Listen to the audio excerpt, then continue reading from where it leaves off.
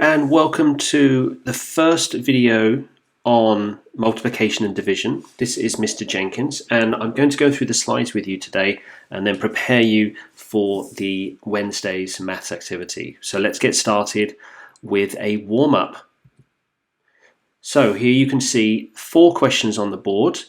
What I advise you to do right now is to pause the video and see if you can have a go at the questions. And then when you're ready, unpause the video and then we can go through them together. So pause now. Okay, so you've had a go at these questions. Let's go through them together. So we have 3 times 20, which can be represented as 3 lots of 20 or possibly 20 lots of 3. The best way to think about this is 3 lots of 20 or 20 added together 3 times. So a 20 plus a 20 plus a 20 to give a 60.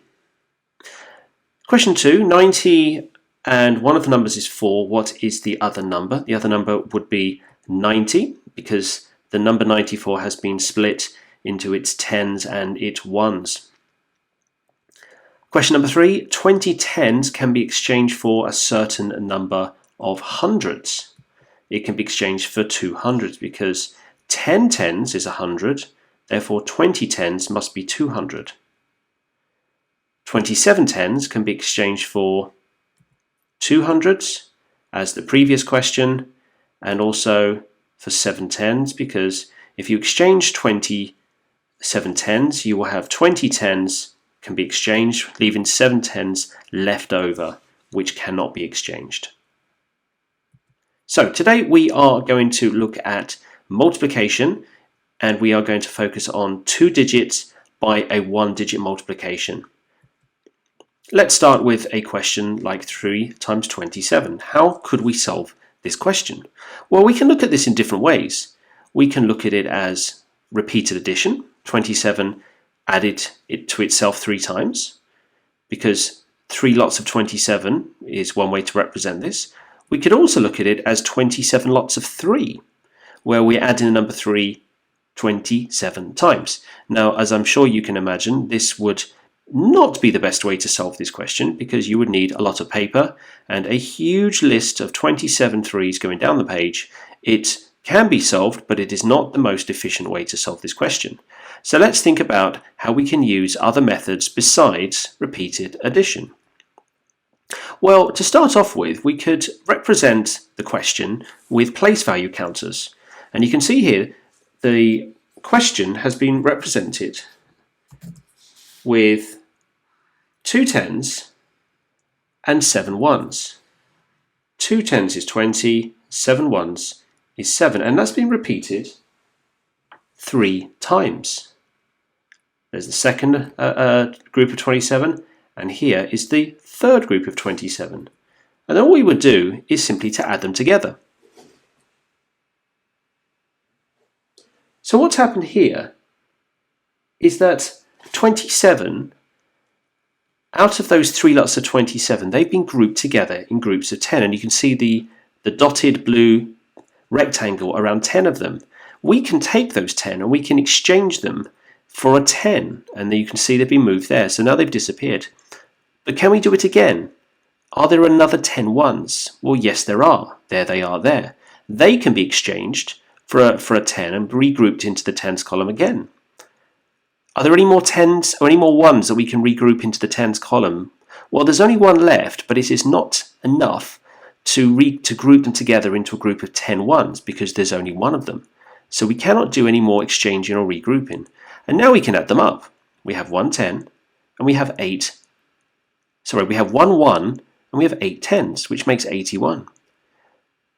Again, you can see it is quite a long way to solve this question, but at least this method shows you how numbers can be exchanged and regrouped.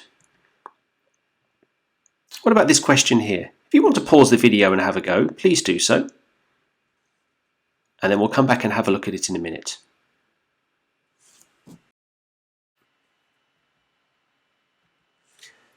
So how would we solve this question? Well, we've represented the 42 here with 4 tens and 2 ones, and we've repeated that 3 times. So now all the numbers in the multiplication have been represented with place value counters, we can now add them up. We can see there are 6 ones, 2 there, 2 there, and 2 there. So we can put 6 into the ones column. But how many 10s do we have? We have 4, we have 8, 9, 10, 11, 12. We have 12 ones. We have 12 10s. But I'm pretty sure we can take some of those and regroup them into the hundreds column. How many can we regroup into the hundreds column? Well, if you said 10, that will be correct. So we can take those 10 10s. How much is 10 10s? Well, 10 10s is 100 because it's 10, 20, 30, 40, 50, 60, 70, 80, 90, 100. So we can exchange those for 100 and we can regroup them into the hundreds column. Let's see what happens. And there it goes. Are there any more exchange and regrouping that we can do? No, there is no more we can do. So we can now say there are 2 10s and there is 100. So therefore, 3 times 42 is 126, or 42 times 3 is also 126.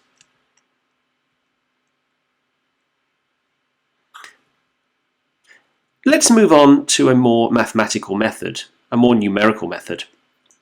3 times 27. At this time, we have a grid here, but we still have it represented in place value form. Let's see what happens when we use the mathematical grid. Well, firstly, let's think about what 27 means. It's 20 and a 7. It's been broken down into its 10s and its 1s. So what we're going to do, we're going to start by multiplying the 3 by the 1s column, which is the 7. So we're going to do 3 times 7. You can also see down here that this is also 3 times 7. There's a 7, there's another 7, and there's another 7. That's 3 lots of 7. If we were to add up all of these 1s here, how many 1s would there be? Hopefully you've said there would be 21 1s.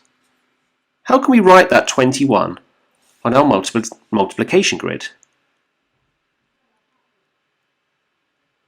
We can write it like that because 21 means 2 10s and 1 1. So the 2 has to go into the 10s column and the 1 goes into the 1s column.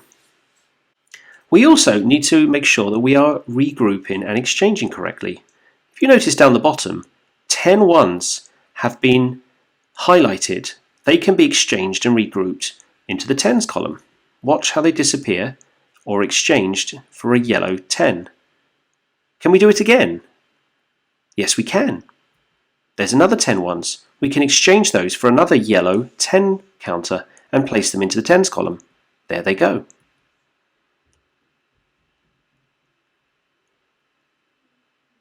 Let's keep going with a question. So now we're going to multiply the 3 by the 2. But remember, that 2 isn't really 2, is it? It's 20. Because in each section there's 20, the value of 20, but there's 2 10s. So we're going to multiply 3 by 2, because there's 2 there, and 2 there, and 2 there. What is 3 times 2? It's 6, isn't it? Or 60, if we want to think of it in terms of 3 times 20. 20, 40, 60, or 6 10s. But we're going to represent it as 60. Now we can add them up. We have 1 10, we have 1 1, and we have 8 10s because we had 6 on the grid, and these 2 here were what we exchanged and regrouped. If we add it all up, we get 81. Let's have a go at another question. 35 times 4. This time, we will not use the place value counters. Let's start with multiplying 4 by the 1s column, which in this case is the 5. 5 times 4 is 20. Let's represent that with a 2 and a 0. Let's then multiply 4 by 3. Remember that 3 is actually 3 10s, which is 30. 4 lots of 30, is 120. Let's represent that like that, with the 1 in the hundreds column, 2 in the tens, and 0 in the ones column. Now let's add them up. 0, 4, and 1. So the answer is 140. And there it is. What about this one here? Stop the video and have a go yourself, and we'll come back and discuss in a minute together. So how could we solve this question here? Hopefully you're starting to see a pattern in the way the numbers are calculated. First, we multiply the 3 by the 8, which to give us 24, and then we cross multiply the 3 by the 6. Remember, that 6 is actually 60. 3 times 6 is 18. 3 times 60 is 180. Now we can add them up. 4 plus 0 is 4. 8 plus 2 is 10. We're going to take that 1 and we're going to exchange and regroup it into the next column, because 10 tens is really 100. We now have that little one down the bottom, which, if you ask your parents what we used to say we'd carry it, but now we don't say that, we say regroup. 1 plus 1 is 2, so the answer is 204. Feel free to stop at the video at this point and have a go at the worksheet, in particular questions 1 and 2. Let's finish with the final worded question. In a supermarket there are 75 egg boxes, and each box contains 6 eggs. So how many eggs are there in the supermarket? So what number operations do we need to do here? Well, hopefully you've gathered that we need to do a multiplication. There are 75 boxes, and there are 6 eggs in each box. 75 boxes with 6 eggs in each. So we're going to have to do 75 times 6, or 6 times 75. And there it is there. Hopefully by now you've feeling more and more confident about the operational steps needed to solve this type of question. But remember, it is very important to understand how exchanging and regrouping works, and how this number and how this question can be represented using place value counters. Let's move on to the operational steps. Firstly, we take our 6 and we multiply it by the 5, which will give us 30. What we have is 30 ones, which is also 3 tens.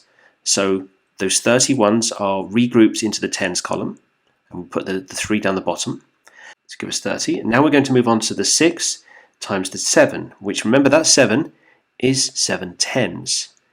It's 7 tens, but it's actually also represented as 70. And a good way to think about it is to say, what is 6 times 7? 6 times 7 is 42. But remember, we've also got 3 tens that we must add into the tens column. So 6 times 7 is 42, plus 3 is 45. But be very, very careful here. What does that 45 mean? That 45 is 45 tens. 40 of those tens can be exchanged and regrouped into the hundreds column to make 400s. But the 5 remaining must remain behind in the tens column. There they are. And remember the 4, because we had 45 tens, 40 of those tens means 400. We're going to put it down there temporarily, but because there are no more numbers to multiply, it can go into the final hundreds box. Here is the main activity sheet for the core questions. Most of you will be very familiar with the White Rose style maths questions. If you can understand and follow the input video I've just shown you, you should be able to complete these questions. As you can see, there is plenty of space for you to answer the questions, and please use the methods that the question requires. As you can move towards the last few questions, you'll notice they are more worded, problem-based type questions. Now, if you feel that these questions are simple enough for you to work through, here are some more challenging questions that you might enjoy. These are more varied fluency and more reasoning type questions. So if you notice here, it says that Whitney uses some place value counters to make a calculation, and see if you can solve the question using this method. See if you can solve it using Ron's method, and use the boxes down the bottom to complete that. Also, here is 3 statements for you to consider and to think about, and ask yourself if each statement is always true, sometimes true, or never true. And when it says prove it, it means to have a go with some actual numbers and test it. So if you believe that this one is always true, try it with several different numbers and see if it really does work or doesn't work. Lastly, here are some calculations that have been tried. Can you spot any mistakes or any errors? And can you spot where the mistakes are? If you to scroll further down this page, you will find the answers to most of the questions hidden in underneath. Best of luck, and if you have any questions, please review the video again, or feel free to email your teachers.